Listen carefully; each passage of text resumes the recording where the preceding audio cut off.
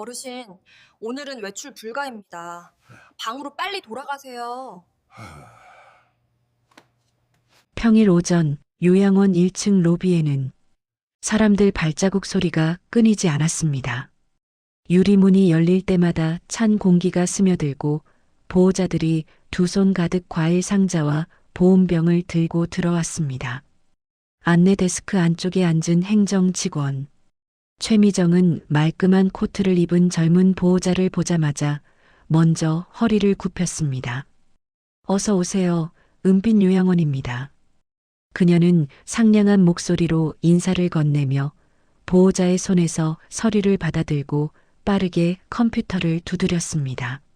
잠시 뒤 그 보호자가 자리에서 물러나자 이번에는 지팡이를 짚은 할머니 한 분이 힘겹게 다가왔습니다. 최미정의 입꼬리는 눈에 띌 만큼 내려갔고 시선은 자연스럽게 모니터 화면으로 떨어졌습니다. 저 약 좀. 할머니가 조심스럽게 말을 꺼내자 그녀는 한숨을 삼키듯 짧게 내쉬었습니다. 그건 진료과 간호사 선생님께 말씀하셔야죠. 여기 말고요. 툭 던지는 싸늘한 말투에 할머니는 더 말을 잇지 못하고 그런 응대에 익숙한 듯 고개만 끄덕이며 뒤로 물러섰습니다. 그때 낡은 점퍼를 입은 78살 김만수가 로비 쪽으로 천천히 걸어 나왔습니다. 바램 바지 끝은 슬리퍼 위에서 약간 구겨져 있었고 손등에는 까맣게 굳은 검버섯이 군데군데 자리 잡고 있었습니다. 그는 잠시 로비 가운데에 멈춰서서 안내 데스크와 소파에 앉아 있는 어르신들을 한 번씩 둘러보았습니다. 소파 한쪽에는 오노인과 정여사가 사이좋게 붙어 앉아 자그마한 목소리로 서로의 건강 상태를 이야기하고 있었습니다. 두 사람은 김만수가 안내 데스크 앞으로 나아가는 모습을 힐끗 쳐다봤지만 금세 시선을 거두고 입술을 다물었습니다. 이곳에서 누가 어떤 대접을 받는지 이미 여러 번 지켜본 뒤였습니다. 김만수는 안내 데스크 앞까지 걸어가 조용히 서 있었습니다. 그는 한 번 손가락 마디를 꺾어 숨을 고른 뒤 단정한 목소리로 입을 열었습니다. 저 외출증 좀 받으려고 합니다. 최미정은 모니터에서 눈을 떼지 않은 채 입만 움직이며 대답했습니다. 잠시만요. 그녀는 일부러 서류 더미를 뒤적이며 바쁜 척 손을 놀렸습니다. 하지만 김만수에겐 눈길 한 번 보내지 않았습니다. 그러다 마침 로비로 들어오는 한 중년 남성을 보자 표정이 훨씬 부드러워졌습니다. 그러면서 함께 온 여성에게 매우 상냥한 목소리로 말을 했습니다. 아, 따님 되세요? 여기 보호자 서명만 해주시면 됩니다. 김만수는 한 발짝 물러나 그 모습을 지켜보며 입술 안쪽을 조용히 깨물었습니다. 로비 천장에는 밝은 조명이 켜져 있었지만 소파에 앉은 어르신들의 얼굴에는 묘한 그늘이 드리워져 있었습니다. 벽면 한쪽에는 이 요양원을 세운 법인의 이름과 함께 개원 당시 기부자 명단이 액자에 담겨 걸려 있었습니다. 먼지 살짝 내려앉은 그 액자 앞을 사람들이 스쳐 지나갔지만 자세히 들여다보는 이는 거의 없었습니다. 엘리베이터 앞에서는 휠체어를 밀고 나온 간호팀장 박은희가 어르신의 담요를 한 번 더 여며주고 있었습니다. 그녀는 안내 데스크 쪽에서 들려오는 딱딱한 말투에 고개를 돌려 어떤 상황인지 눈으로 살폈습니다. 김만수의 어깨가 조금 더 굽어 보이는 순간이었고 최미정의 얼굴에는 피곤함과 짜증이 섞인 표정이 스쳤습니다. 제 외출증은 언제쯤? 김만수가 최미정을 바라보며 말했습니다. 여기 줄 서 계신 분들 먼저 처리하고요. 최미정은 대기 중인 보호자들을 한번 둘러본 뒤 김만수에게 살짝 고개를 돌려 그렇게 말했습니다. 말은 공손한 듯 했지만 그 안에 담긴 온도는 분명하게 차가웠습니다. 김만수는 대답 대신 조용히 숨을 들이켰다가 내쉬었습니다. 그의 눈길은 다시금 벽에 걸린 액자 위를 잠시 스쳐 지나갔지만 곧 아무 일 없다는 듯 다시 안내 데스크로 돌아왔습니다. 원장실 문은 여전히 굳게 닫혀 있었고 안쪽에서는 화상회의를 준비하는 낮은 목소리들이 새어나왔습니다. 누군가는 오늘도 하루가 평범하게 흘러가고 있다고 생각했지만 이 아침 로비 한가운데에는 무시와 모멸감이 짙게 드리워지고 있었습니다. 그리고 그 씁쓸한 분위기의 중심에는 허름한 점퍼 차림으로 묵묵히 서 있는 김만수가 조용히 서 있었습니다. 김만수는 그날 새벽 다른 어르신들보다 조금 이른 시간에 눈을 떴습니다. 커튼 사이로 들어오는 회색빛 아침 햇살이 병실 벽에 길게 번져 있었고 맞은편 침대에서는 룸메이트가 잔숨을 고르며 자고 있었습니다. 그는 상체를 일으킨 뒤 머리맡 작은 서랍을 조심스럽게 열었습니다. 서랍 안에는 낡은 안경집과 함께 두툼한 서류 봉투 하나가 가지런히 놓여 있었습니다. 김만수는 봉투를 꺼내 무릎 위에 올려놓고 오래된 습관대로 서류 모서리를 한번 쓸어내렸습니다.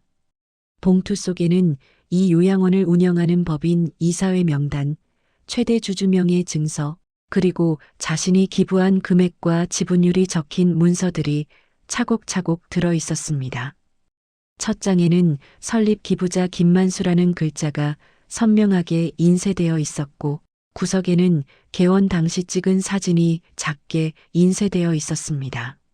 사진 속에서 그는 검은 정장을 입고 붉은 리본이 매달린 가위를 들고 서 있었고 양옆에는 이사장과 원장이 환하게 웃고 서 있었습니다.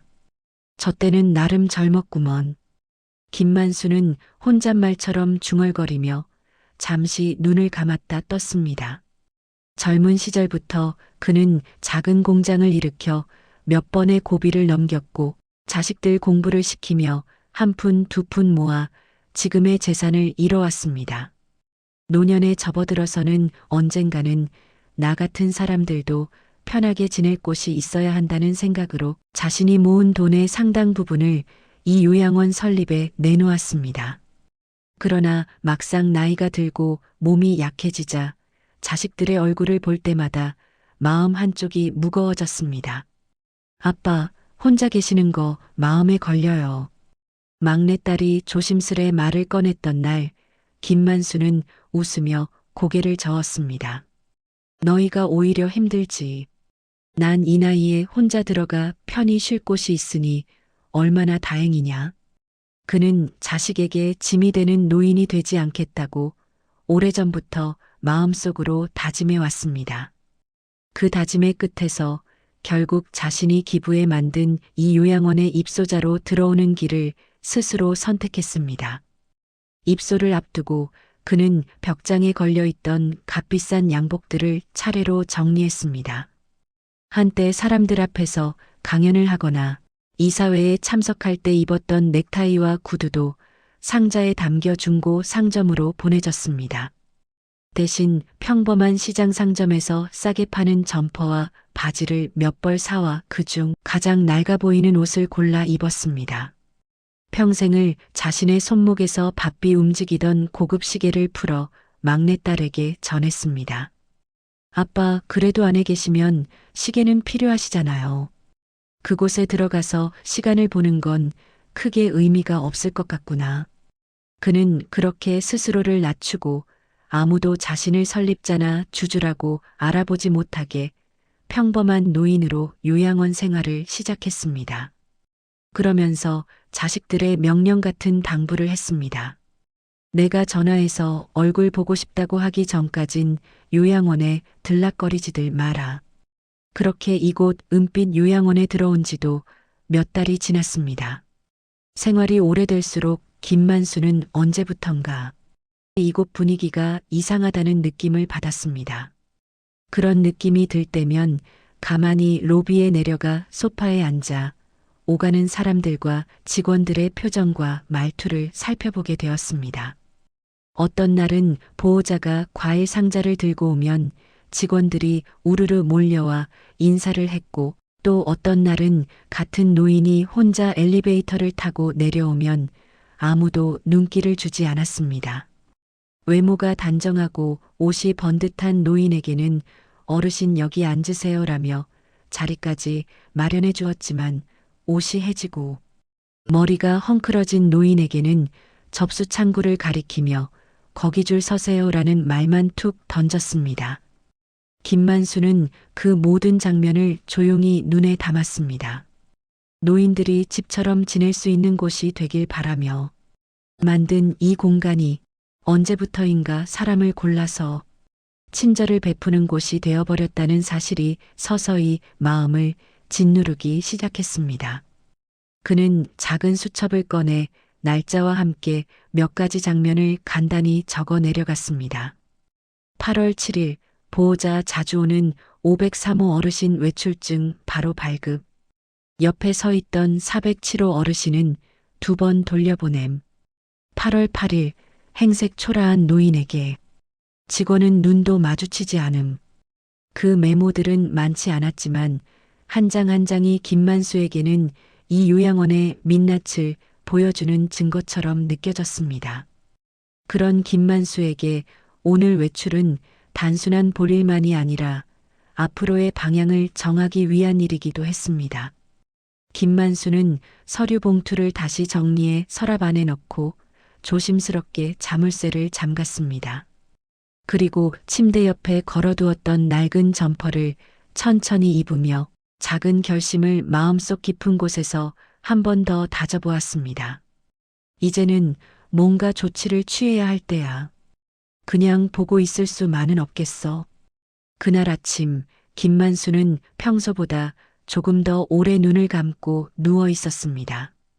천장에서 내려오는 형광등 불빛 대신 커튼 사이로 스며드는 옅은 햇살이 방안을 조용히 밝히고 있었습니다. 그는 천천히 몸을 일으켜 머리맡 작은 탁자 위를 더듬었습니다. 거기엔 어젯밤에 미리 꺼내두었던 접힌 메모지 한 장이 놓여 있었습니다. 메모지에는 떨리는 손으로 적어 내려간 글씨가 빼곡히 들어차 있었습니다. 국도은행 계좌 정리, 오후 2시 상담, 법무법인 한세, 3시 반 약속, 기부 계획 및 지분 조정. 김만수는 글자를 한 줄씩 또박또박 다시 읽어내려가며 머릿속으로 그 일정들을 천천히 되짚었습니다. 오늘 외출이 단순한 나들이가 아니라 앞으로 이 요양원의 방향을 정하는 날이라는 사실이 다시금 마음에 와 닿았습니다. 오늘은 좀 바쁜 하루가 되겠구먼. 그는 작게 중얼거리며 메모지를 접어 가슴 안주머니에 넣었습니다. 손을 뻗어 머리맡 선반에 놓인 빗을 집어들고 거울을 보며 희끗희끗한 머리를 몇 번 정리했습니다. 그리 멋을 낼 것도 없었지만 나름대로 밖에 나가는 날이라 마음을 다잡는 의식 같은 것이었습니다. 침대 옆 의자에 걸려있던 낡은 점퍼를 다시 한번 털어입고 지퍼를 중간쯤까지 올렸습니다. 주머니를 더듬어 보니 오래된 지갑과 작은 노트, 그리고 볼펜 하나가 손에 잡혔습니다. 그는 노트의 모서리를 한번 눌러 펴고 혹시나 하는 마음에 오늘 날짜를 적을 빈 페이지를 머릿속으로 정해두었습니다. 각오를 다진 뒤 김만수는 침대 옆에 기대어둔 지팡이를 천천히 짚었습니다. 다녀오겠습니다.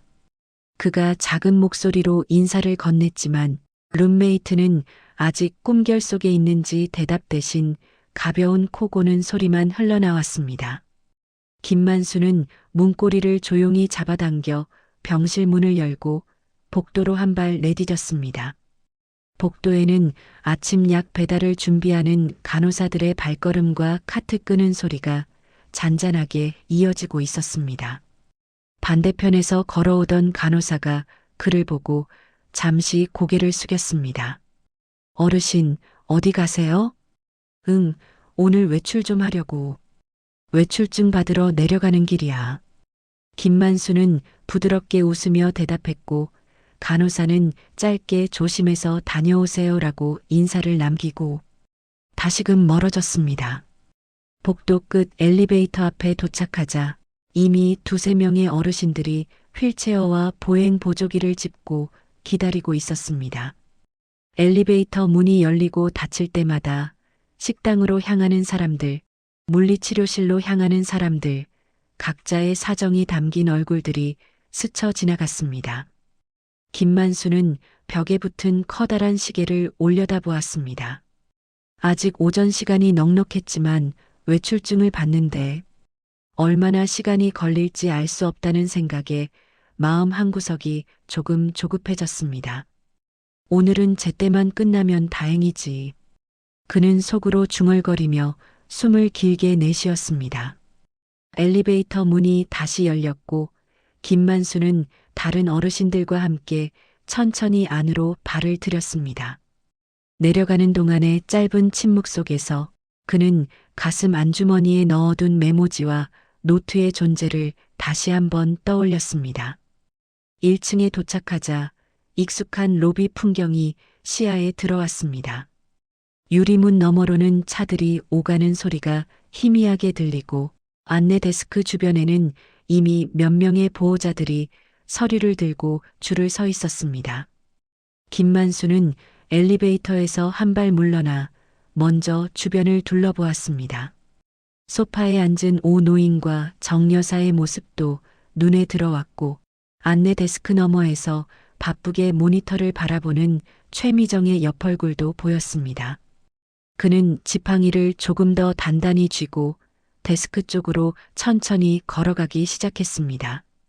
한 걸음 한 걸음마다 오늘 해야 할 일들이 머릿속을 스쳐 지나갔습니다. 은행, 변호사, 지분 정리 그리고 이곳. 김만수는 그 생각들을 마음 깊숙이 눌러 담으며 줄 맨 뒤에 조용히 자리 잡았습니다. 주머니 속 작은 노트가 그의 움직임에 맞춰 가볍게 흔들렸습니다. 오늘이 끝나면 그 노트의 한 장에 또 다른 기록이 남게 되리라는 것을 김만수는 어렴풋이 느끼고 있었습니다. 김만수가 줄 맨 뒤에서 천천히 앞으로 나아가는 동안 안내 데스크 앞 보호자들은 각자의 볼일을 끝내고 하나씩 자리를 떠나갔습니다. 이윽고 그의 차례가 되었고 그는 지팡이를 한번 고쳐 짚은 뒤 데스크 바로 앞까지 걸어갔습니다. 모니터를 내려다보고 있던 최미정은 마지못해 고개를 들었습니다. 어르신, 무슨 일이세요? 사무적인 말과 인사가 만수를 향했습니다. 외출증 좀 발급받으려고 합니다. 오늘 은행이랑 좀 들를 때가 있어서요. 김만수는 최대한 또박또박 상대가 듣기 편한 속도로 말을 건넸습니다. 최미정은 그의 이름이 적힌 차트를 꺼내 들고 대충 눈길로 훑쳤습니다. 오늘은 외출이 좀 힘드세요. 그녀는 이유를 설명하지 않은 채 먼저 선을 그어버렸습니다. 왜 그렇습니까?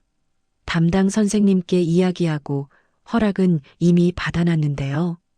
김만수는 어조를 높이지 않고 천천히 되물었습니다. 최미정은 한쪽 눈썹을 살짝 치켜 세웠다가 다시 모니터로 시선을 돌렸습니다. 선생님 승인도 아직 시스템에 안 떴고요. 보호자도 없으신데 괜시리 나가시다 사고 나면 저희가 피곤해져요. 아무튼 오늘은 외출 불가입니다. 그 말이 끝나자마자 뒤에 서 있던 한 보호자가 투덜거리듯 한마디 내뱉었습니다. 아니, 저는 얼마나 더 기다려야 돼요? 시간 없는데.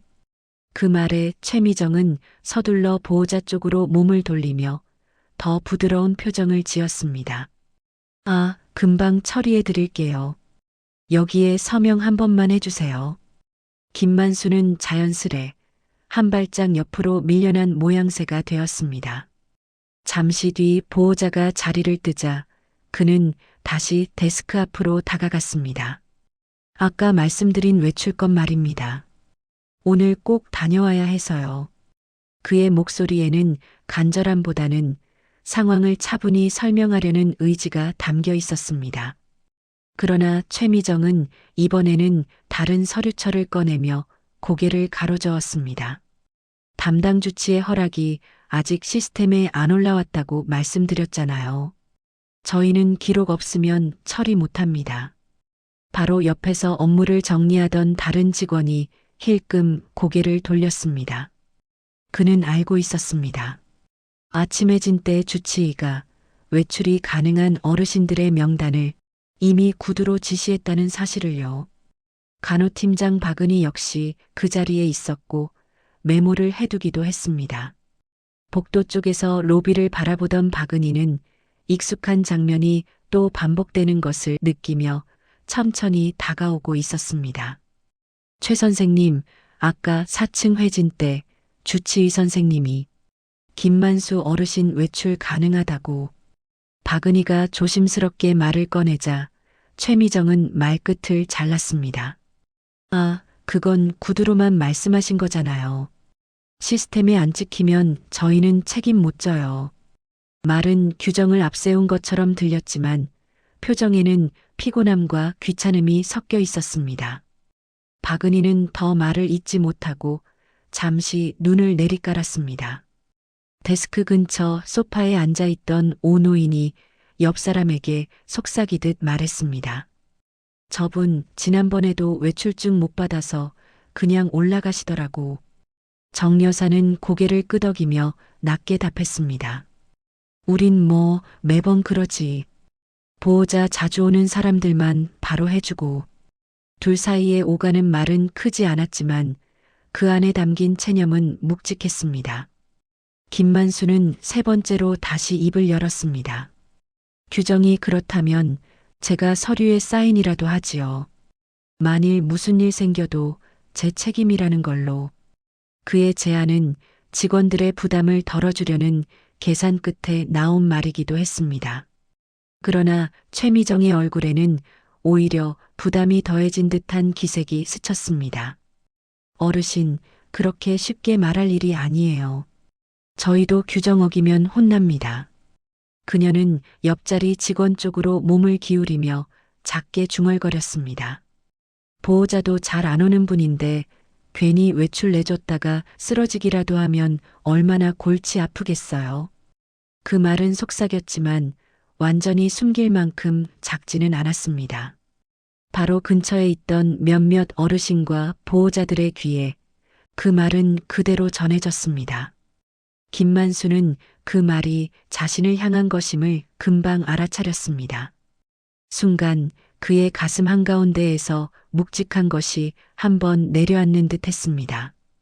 아들, 딸에게 짐이 되고 싶지 않아 연락하기 전까진 찾아오지 마라 했던 만수였습니다. 그런 배려가 지금 누군가의 눈에는 가족이 찾아오지 않는 무시해도 좋은 사람으로 인식되는 듯 느껴졌습니다.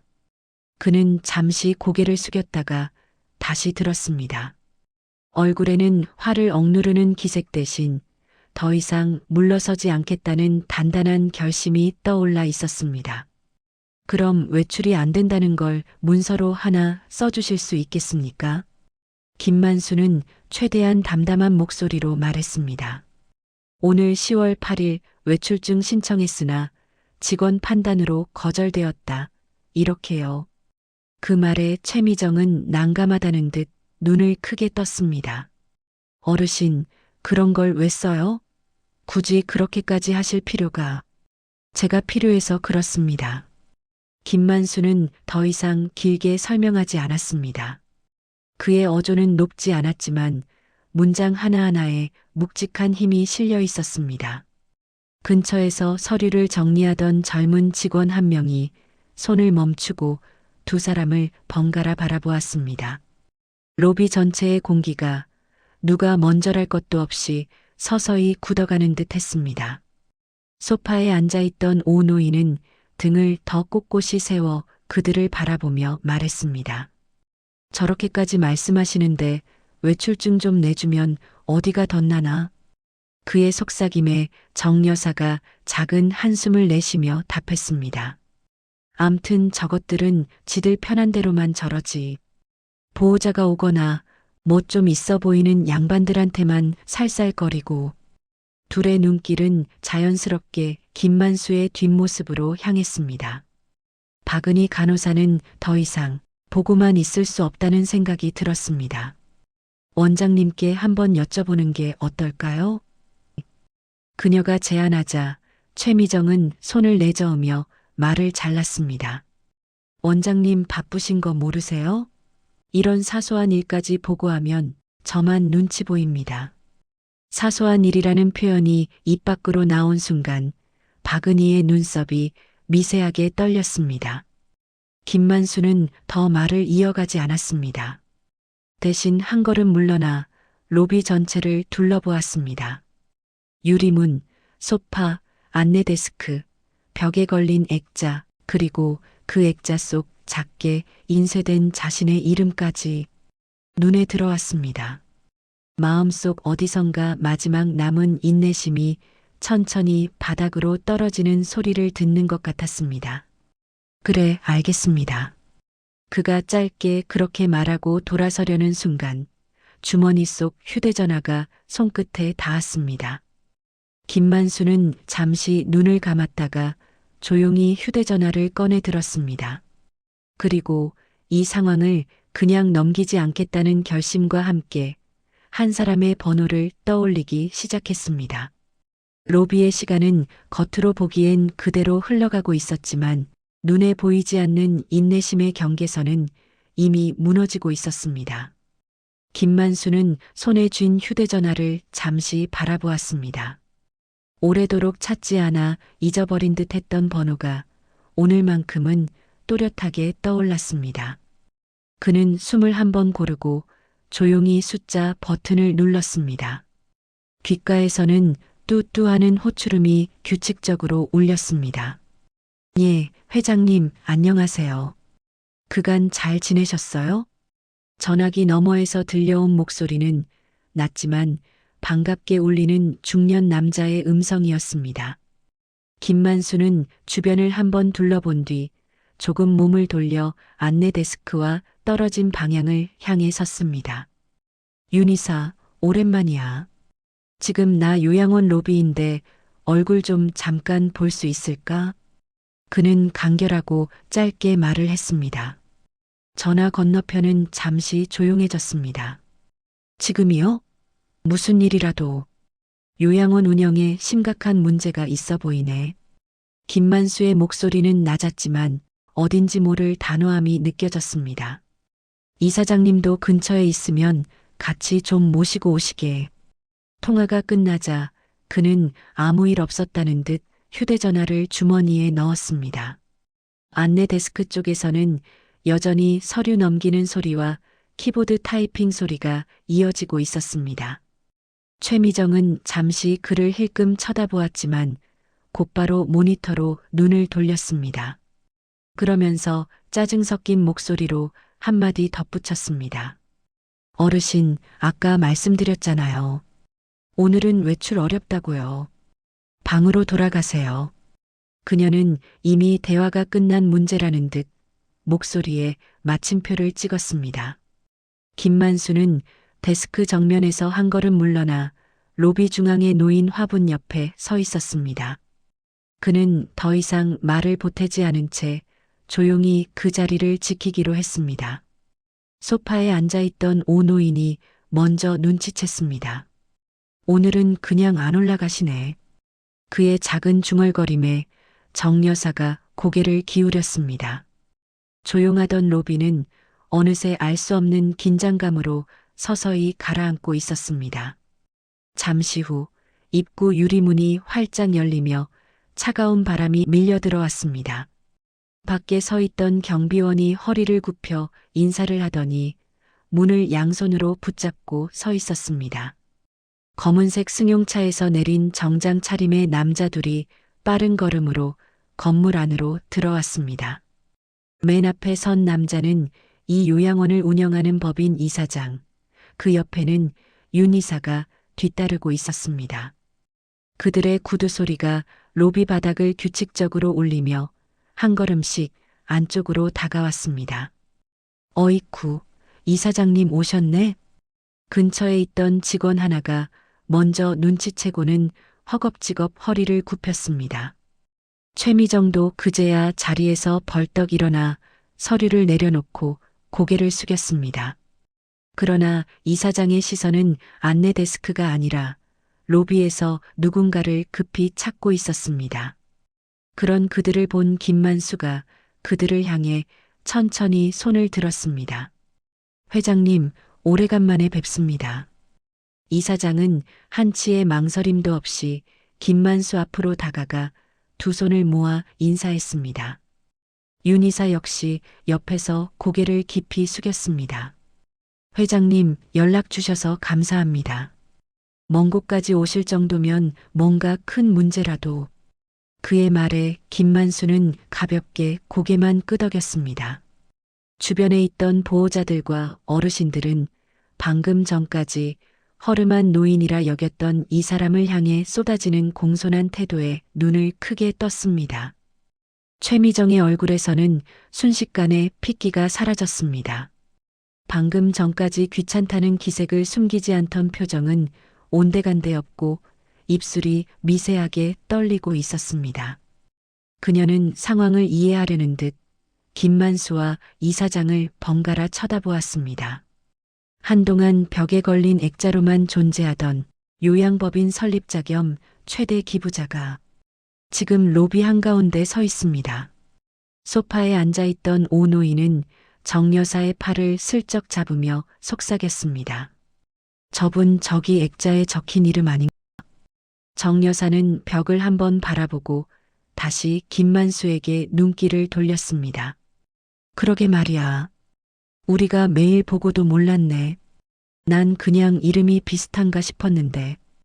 두 사람의 음성은 작았지만 그 안에 담긴 놀라움은 숨기기 어려웠습니다.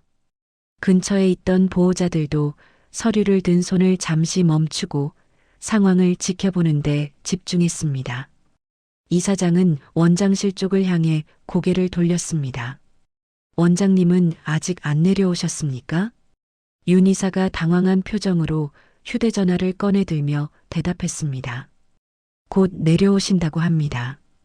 그 짧은 대화만으로도 오늘 이 자리가 단순한 방문이 아니라는 기운이 로비 전체에 퍼져나갔습니다. 경비원 장철수는 본능적으로 자세를 곧게 바로잡았습니다. 그는 아까 자신이 김만수를 의자 쪽으로 안내하려다 말았던 장면을 떠올리며 마음속에서 작은 냉기가 올라오는 것을 느꼈습니다. 한편 박은희는 약간 뒤편에서 그 모습을 지켜보며 드디어 무언가가 움직이기 시작했다는 예감을 받았습니다. 김만수는 이제 더 이상 설명할 필요가 없다는 듯 잠시 눈을 감았다가 조용히 떴습니다. 로비를 가득 채운 숨죽인 정적 속에서 오늘 아침의 이 사건은 점점 더 큰 파문을 예고하고 있었습니다. 정적이 가득한 로비 안 공기는 그 어느 때보다 건조하게 느껴졌습니다. 누군가 기침을 한번 가볍게 내뱉는 소리, 휠체어 바퀴가 바닥을 미끄러지는 소리가 더 또렷하게 들릴 만큼 정적이 짙게 내려앉았습니다. 김만수는 잠시 시선을 내리깔았다가 천천히 고개를 들었습니다. 그의 눈빛은 분노로 타오르기보다는 오래 참아온 사람만이 가질 수 있는 단단한 차분함을 머금고 있었습니다. 멀리까지 오게 해서 미안하네. 김만수가 입을 열자 윤 이사는 허리를 더 굽히며 손을 저었습니다. 회장님이 부르신 곳인데요. 어디든 바로 와야죠. 여기 상황은 직접 보니 알겠습니다. 그의 목소리에는 당혹스러움과 미안함이 뒤섞여 있었습니다. 이사장은 눈길을 한번 로비 전체에 훑어보며 안내 데스크에 서 있는 직원들을 조용히 살폈습니다. 잠시 뒤 원장실 쪽 복도에서 급히 달려오는 발소리가 들렸습니다. 원장 한재구가 숨을 약간 고르며 로비의 모습을 드러냈습니다. 넥타이가 약간 비뚤어져 있었고 안경 너머 눈동자에는 상황을 가늠하려는 긴장감이 가득했습니다. 이사장님 오신다는 말씀을 미리 주셨으면. 그가 조심스레 말을 꺼내자 이사장은 단호하지만 높지 않은 목소리로 말을 잘랐습니다. 원장님, 오늘 방문은 사전 예고할 성격이 아니었습니다. 짧은 문장이었지만 그 안에는 이미 충분한 의미가 들어 있었습니다. 이사장은 몸을 살짝 옆으로 비켜 김만수를 향해 손바닥으로 조용히 방향을 가리켰습니다. 여기 계신 김만수 회장님께서 이 요양원에서 직접 보고 겪으셨던 일들을 말씀해 주시겠다고 합니다. 그 말을 들은 순간 주변에 서 있던 직원들의 얼굴이 순식간에 굳어졌습니다. 한재구는 눈을 크게 뜨며 김만수를 바라보았습니다. 그는 이 초라한 노인이 김만수 회장이라는 사실에 더욱 놀랐습니다. 김만수 회장. 요양원 설립 당시 첫 번째로 큰 금액을 내놓았던 최대 기부자. 법인 지분 구조표 가장 위쪽에 이름이 적힌 최대 주주. 그 이름이 지금 낡은 점퍼 차림의 모습으로 그의 눈앞에 서 있는 것이었습니다. 회장님, 이렇게 직접 요양원까지 와주시다니요. 원장은 서둘러 허리를 숙이며 인사했습니다. 김만수는 손을 살짝 내저어 그를 일으키듯 시선을 올렸습니다. 인사는 나중에 하지요. 먼저 오늘 아침에 있었던 일부터 정리해야겠소. 아니, 아주 오랜 동안 있어왔던 일들을 정리해야겠소. 그의 목소리는 조용했지만 한 단어씩 또렷하게 로비에 울려 퍼졌습니다. 김만수는 안내 데스크 쪽으로 천천히 발걸음을 옮겼습니다. 그가 가까이 다가오자 최미정은 본능적으로 한 발짝 뒤로 물러났습니다. 손에 들고 있던 펜 끝이 살짝 떨렸고 방금 전까지 자신이 했던 말들이 머릿속에서 되감기듯 떠올랐습니다. 저는 사실 이곳에서 생활한 지 오래되었습니다. 그의 말에 이사장과 윤이사, 한 원장까지 모두 깜짝 놀랐습니다. 오늘은 외출증을 받기 위해 여기 데스크에 왔습니다. 김만수는 데스크 위에 놓인 서류철을 슬쩍 내려다보며 말했다가 다시 직원들을 차례로 바라보았습니다. 은행에 들러 이 요양원 법인 지분을 포함한 제 재산 정리를 하려 했지요. 이곳과 여기에 계신 분들을 어떻게 도울지 방향을 정하려고요. 그 말에 로비에 서 있던 어르신들 몇몇이 눈을 크게 떴습니다. 저분이 우리를 도우려고 했다고 하는 숨죽인 속삭임이 여기저기서 퍼져나갔습니다. 그런데 김만수는 말의 끝을 잠시 끊고 숨을 고르더니 눈을 떼지 않고 이어 말했습니다. 첫 번째로는 인력이 부족하다는 이유로, 두 번째로는 기록이 없다는 이유로, 세 번째로는 그는 시선을 잠시 허공에 두었다가 정확하게 최미정을 향했습니다. 보호자도 잘 안 오는 노인이라 외출 내줬다가 문제 생기면 곤란하다는 말을 들었습니다. 그 말이 전해지는 순간 로비의 공기가 또 한 번 움찔했습니다.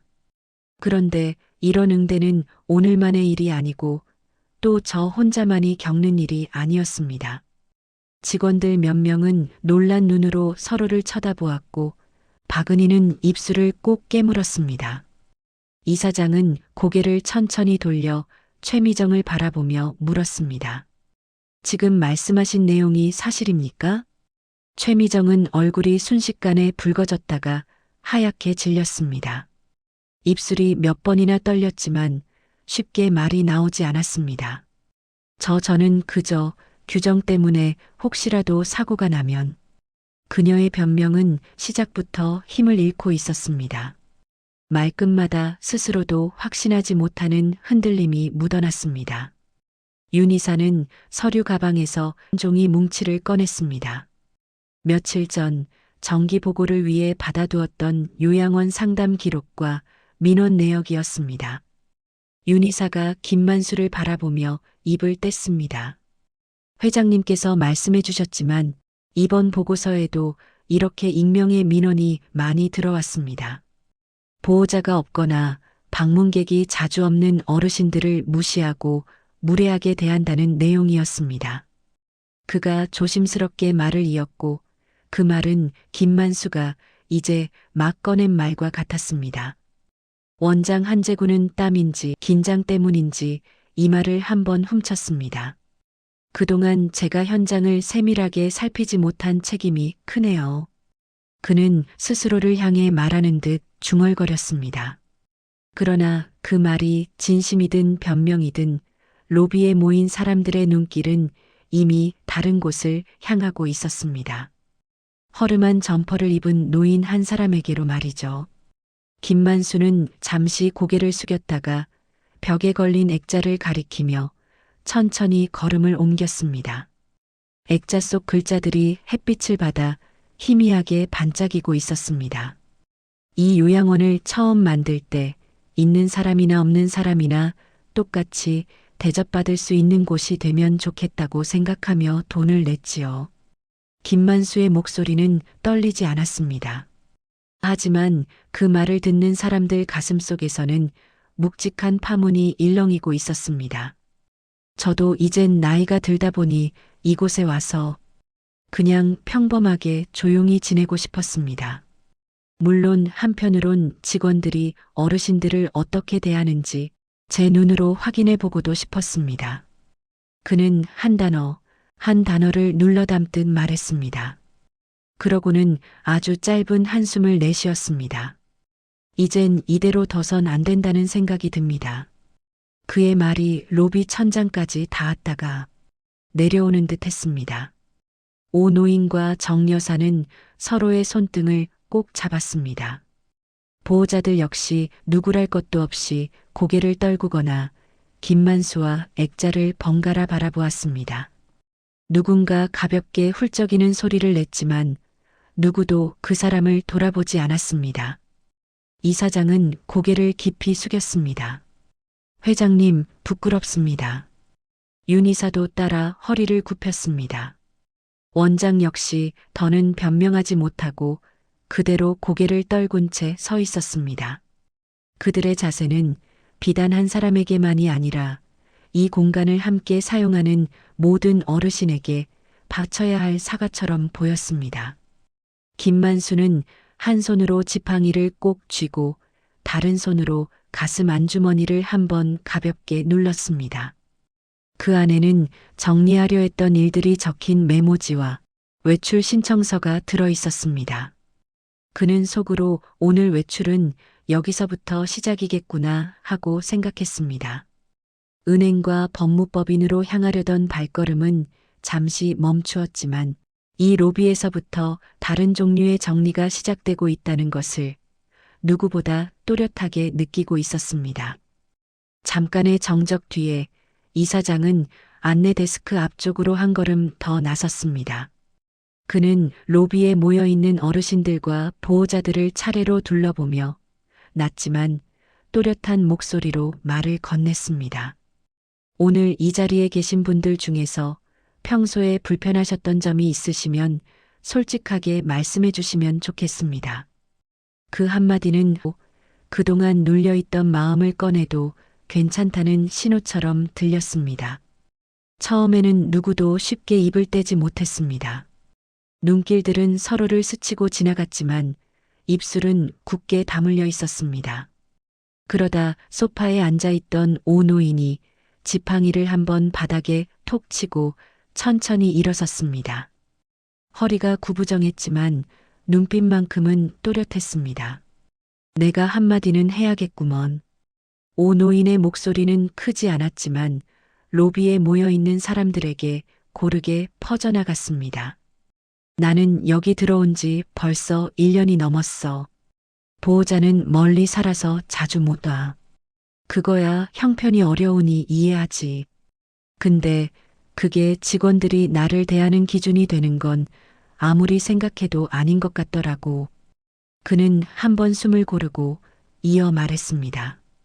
명절 앞두고 외출증 신청하러 왔을 때가 있었어. 옆에 있던 503호 어르신은 사위가 왔다고 바로 해주더라고. 나는 2번, 3번 다시 오라 해서 결국 못 나갔지. 그날 하루 종일 창밖만 보고 있었어. 말끝이 살짝 떨렸지만 그의 말투는 자존심이 많이 상한 듯한 느낌이 들었습니다. 정 여사가 그 옆에서 조심스럽게 손을 들었습니다. 나도 비슷한 일이 있었어요. 보호자가 자주 오는 건 좋은 일이죠. 근데 그녀는 잠시 안내 데스크 쪽을 바라보았다가 시선을 돌리며 말을 이었습니다. 옷 단정하게 입은 분이 오면 어르신, 여기 앉으세요 하면서 물도 챙겨주는데 머리 헝클어지고 옷이 좀 구겨져 있으면 기다리세요 한마디만 던지고 한참을 안 돌아보더라고요. 그 말을 듣던 몇몇 어르신들도 고개를 끄덕였습니다. 한 노인은 손등으로 무릎을 문지르며 조심스럽게 덧붙였습니다. 나는 귀가 잘 안 들리는데 가끔 대답이 늦으면 짜증 섞인 얼굴로 크게 소리를 지르더라고. 내가 귀가 어두운 게 죄는 아닐 텐데 말이야. 로비 여기저기서 작지만 오래된 상처들이 하나둘씩 입 밖으로 나오고 있었습니다. 보호자 쪽에서도 손이 하나 올라갔습니다. 가벼운 패딩 점퍼를 입은 중년 여성이었습니다. 저도 말씀 좀 드려도 될까요? 이사장이 고개를 끄덕이자 그녀는 조심스럽게 말을 이었습니다. 어머니 모시고 여기 들어올 때는 정말 감사했어요. 시설도 좋고 프로그램도 많다고 해서요. 근데 몇 번 와보니까 보호자가 자주 오는 분들 이름은 직원들이 먼저 부르더라고요. 반대로 자주 못 오는 집은 거긴 보호자 연락 잘 안 되는데 이런 말이 들리는 걸 우연히 들었습니다. 그녀는 잠시 손가락을 꼬다가 솔직한 감정을 털어놓았습니다. 사정이 있어서 자주 못 오는 집일수록 더 신경 써줘야 하는 거 아닌가요? 그 말 듣고 돌아가는 길에 솔직히 좀 씁쓸했습니다. 말들이 이어질수록 최미정의 어깨는 점점 더 움츠러들었습니다. 처음에는 나만의 문제가 아니다라고 스스로를 변호하려 했습니다. 하지만 지금 눈앞에서 쏟아지는 이야기들은 더 이상 단순한 오해나 착각으로 돌릴 수 없는 것들이었습니다. 그때 간호팀장 박은희가 조용히 앞으로 걸어 나왔습니다. 그녀는 잠시 손을 모은 채 원장과 이사장, 그리고 김만수를 차례로 바라보았습니다. 저도 간호팀장으로서 책임이 있습니다. 그 말에 원장이 눈을 살짝 치켜 세웠지만 박은희는 시선을 피하지 않았습니다. 저도 현장에서 이런 분위기를 느끼지 못한 건 아닙니다. 분명히 보호자 자주 오는 분들 쪽으로 더 눈길이 가고 말이 자주 오가고 그런 부분이 있었어요. 요즘 사람들 다 그런다. 다들 바빠서 그렇지 악의는 없다는 생각으로 그냥 넘겼습니다. 그녀는 숨을 한번 깊게 들이켰다가 내쉬었습니다. 저도 그런 일들을 보고 대수롭지 않게 넘긴 책임이 있습니다.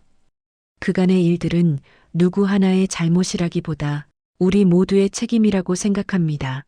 정말 죄송합니다.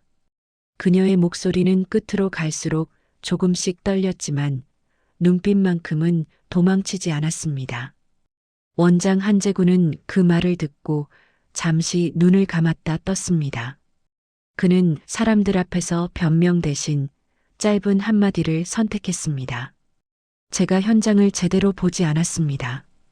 보고서 숫자만 보면서 실제로 어떤 말들이 오가는지, 어떤 눈빛이 오가는지 귀 기울이지 못했습니다. 그의 목소리에도 자책이 실려 있었습니다.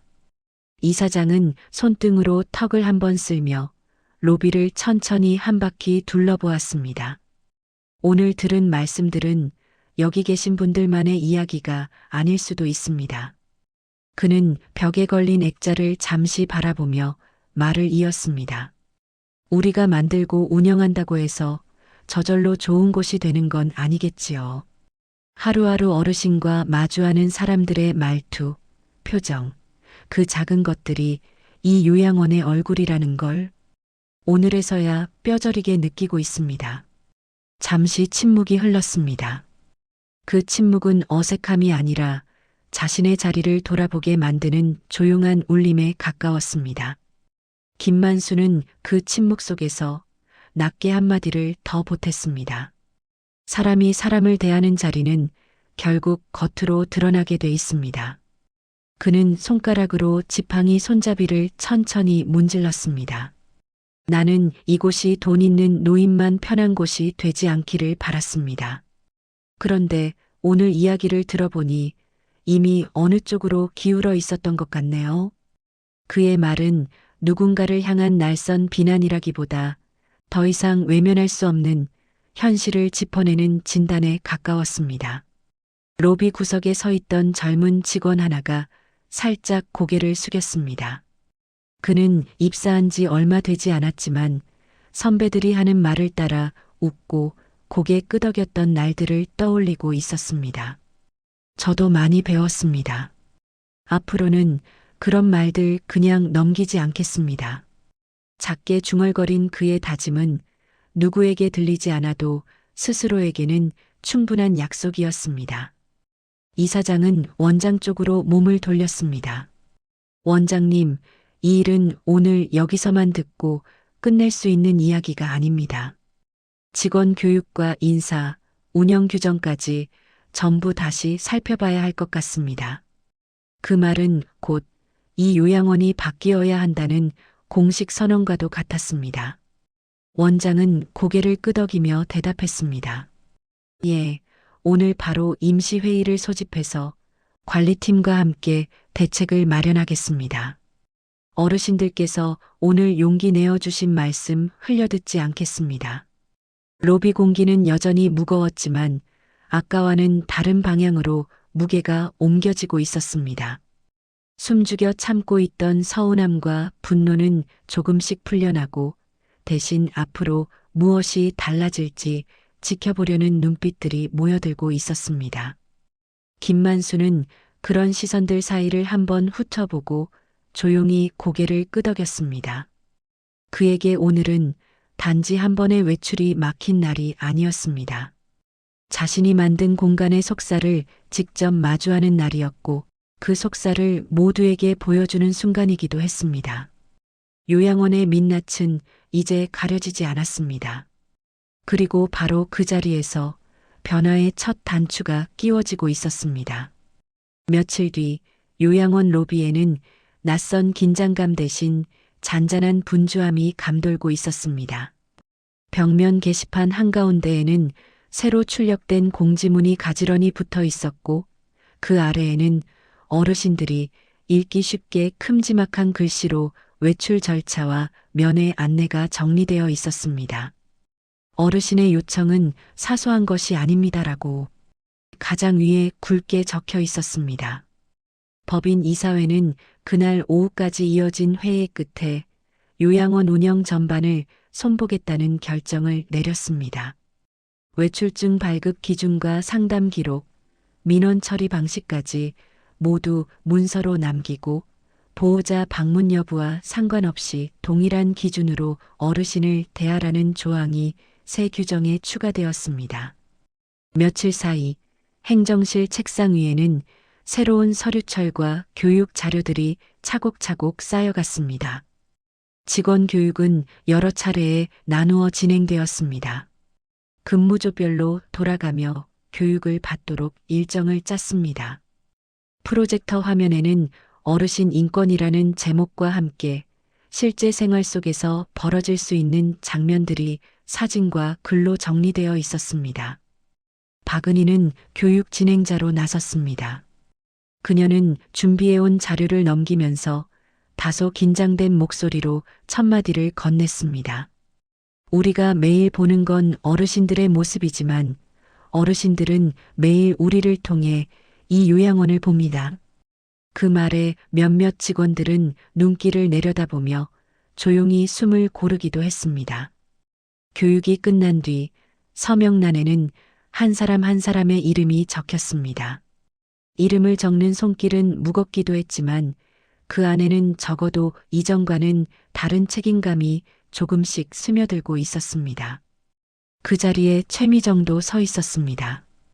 요양원에서 해고를 당할까 걱정했던 그녀에겐 가벼운 경고와 함께 새 기회가 주어진 것이었습니다. 최미정 역시 그 종이 앞에서 잠시 펜을 멈추었다가 천천히 자신의 이름 세 글자를 적어 내려갔습니다. 그녀의 얼굴에는 여전히 복잡한 감정이 남아 있었지만 눈빛만큼은 예전처럼 쉽게 고개를 돌리지 못하고 있었습니다. 로비 분위기도 조금씩 달라지고 있었습니다. 안내 데스크 앞에는 대기 순서는 도착 순서대로입니다라는 안내문과 함께 외출면회 상담 요청을 적을 수 있는 작은 신청서 바구니가 새로 놓였습니다. 어르신들은 예전처럼 눈치만 보며 서 있지 않고 신청서를 집어들어 자신의 이름을 또박또박 적어 넣기 시작했습니다. 오 노인과 정 여사는 소파에 나란히 앉아 게시판을 바라보았습니다. 글씨가 크니까 이제 쉽게 읽을 수 있어서 좋네. 오 노인이 웃으며 말하자 정 여사는 고개를 끄덕였습니다. 그러게. 예전엔 뭘 붙여놔도 그냥 장식인 줄만 알았지. 둘의 목소리에는 그동안 쌓였던 서운함이 조금씩 풀려나가는 듯한 안도감이 섞여 있었습니다. 안내 데스크 안쪽에서도 작은 변화가 눈에 띄었습니다. 한 어르신이 다가와 외출증 좀 하고 조심스레 말을 꺼내자 근무를 서던 젊은 직원은 먼저 의자를 가리키며 말했습니다. 어르신, 여기 잠깐만 앉으세요. 제가 기록부터 확인해 드릴게요. 익숙하지 않은 말투였지만 그 안에 담긴 배려는 분명 전과는 달랐습니다. 원장 한재구는 로비 한켠에 새로 마련된 작은 게시판 앞에 서 있었습니다. 거기에는 원장의 약속이라는 제목으로 짧은 글이 인쇄되어 액자처럼 걸려 있었습니다. 그는 그 글을 한 줄씩 천천히 읽어내려가며 스스로에게 다시 다짐하듯 숨을 고르고 있었습니다. 숫자보다 사람을 먼저 보겠습니다라는 문장이 유난히 눈에 들어왔습니다. 며칠 뒤 어느 오후 김만수는 예전과 다름없는 허름한 점퍼 차림으로 로비를 천천히 걸어가고 있었습니다. 지팡이는 여전히 그의 걸음을 돕고 있었지만 발걸음의 속도와 방향은 이전보다 조금 더 가벼워 보였습니다. 그가 로비 한가운데를 지날 때 안내 데스크 안쪽에서 누군가 먼저 인사를 건넸습니다. 김만수 어르신, 오늘 컨디션은 어떠세요?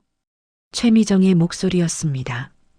그녀는 서류를 정리하던 손을 멈추고 정면을 바라보며 조심스레 웃음을 지었습니다. 어색함이 여전히 남아 있었지만 적어도 눈을 피하지는 않았습니다. 김만수는 잠시 그녀를 바라보았다가 고개를 가볍게 끄덕였습니다. 덕분에 잘 지내고 있습니다. 로비 소파에는 예전보다 더 많은 어르신들이 모여 있었습니다. 누군가는 서로의 약을 챙겨주고 누군가는 새로 붙은 안내문을 큰 소리로 읽어주었습니다. 외출 신청은 이틀 전에 이렇게 써 있네. 우리가 미리 말하면 되는 거네. 그 말에 주변에서 몇 사람의 웃음이 잔잔하게 흘러나왔습니다. 안내 데스크 옆에는 작은 화분이 새로 놓여 있었습니다. 연두빛 새 잎이 돋아난 그 화분은 예전보다 조금 더 환해진 공간을 조용히 채우고 있었습니다.